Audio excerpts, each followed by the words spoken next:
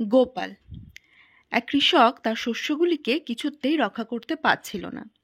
প্রতিদিনই অসংখ্য পাখি এসে শস্যগুলি খেয়ে নিত। কৃষ্ণচন্দ্র। তারপরে কি হলো? গোপাল। অনেক ভেবেচিন্তে কৃষক একটি বিরাট মাটির জালায় তার শস্যগুলিকে ভরে রাখল। তারপর জালার মুখটি ভালো করে বন্ধ করে দিল। কৃষ্ণচন্দ্র। তারপরে কি হলো? গোপাল। পাখির দল এসে শস্যগুলি না দেখতে পেয়ে জালার পাশে ঘুরে বেড়াতে লাগলো এবং জালার মধ্যে প্রবেশ করার পথ খুঁজতে লাগলো, কিন্তু অনেক চেষ্টা করেও তারা কোনো পথ খুঁজে পেল না। কৃষ্ণচন্দ্র। তারপরে কি হলো? গোপাল।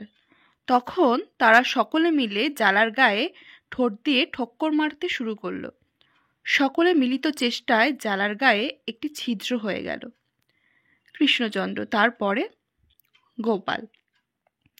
শস্য খাবার জন্য জালাটির কাছে হাজার হাজার পাখি এসে জড়ো হলো, কিন্তু জালার গায়ে যে ছিদ্রটি হয়েছিল তা এত ছোট যে তার মধ্যে দিয়ে কোনো রকমের একটি পাখি প্রবেশ করতে পারে।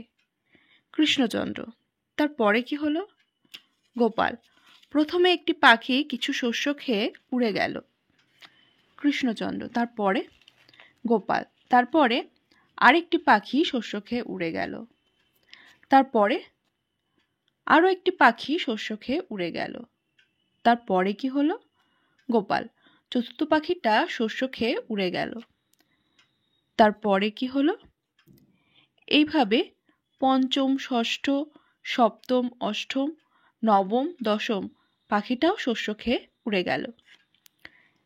কৃষ্ণচন্দ্র। গোপাল। সব পাখিগুলো শস্য খেয়ে উড়ে যেতে আর কত দেরি হবে?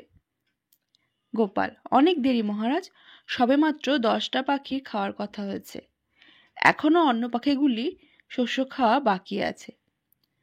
কৃষ্ণচন্দ্র।